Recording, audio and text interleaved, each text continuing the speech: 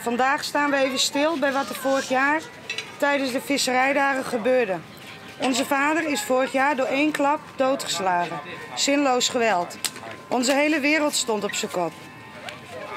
Wat een prachtig feest had moeten worden, werd voor ons een nachtmerrie. Waarom? Dat is de vraag die ons elke dag nog bezighoudt. Op 28 augustus hier wordt Piet Lichtendaal in een café in Huis slaan terug een 36-jarige huizer. Hij reikt er bij Saswier verwonnen dat er uiteindelijk om het leven komt. De dierder blijkt een trainde vechtsporter te wezen. Hij krijgt uiteindelijk 4 jaar celstraf, waarvan een jaar hieronder betingst. De deer van Piet Lichtendaal maakt het een protte los in en om Huis. Zo wordt er een minuut stil te houden bij de visserijdagen.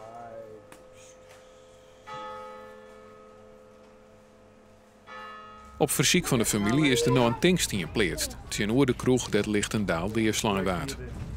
De visserijdagen zullen nooit meer hetzelfde voor ons zijn. Maar wij proosten op jou deze visserijdagen.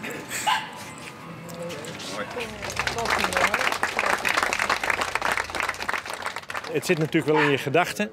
Maar kijk, eigenlijk staat, behalve dat het plaatsvond tijdens de visserijdagen, staat het natuurlijk verder los van de visserijdagen. Het was niet deel van een evenement of iets dergelijks.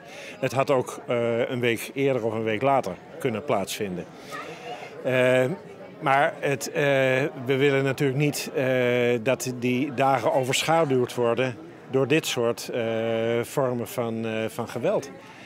Dit willen we nooit, ook niet in december en niet in maart, ook niet tijdens de visserijdagen, nooit. En we hopen dat sowieso deze visserijdagen helemaal nergens door overschaduwd worden. Niet door dit soort gruwelijke dingen. Dan kan ik me ook nauwelijks voorstellen dat dit nu alweer zou gebeuren.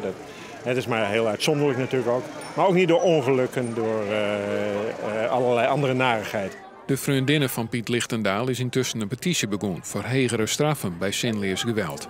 Die wordt aanbenen onder de Tweede Kamer. Goed 400 mensen gaan die petitie ontnota tekenen.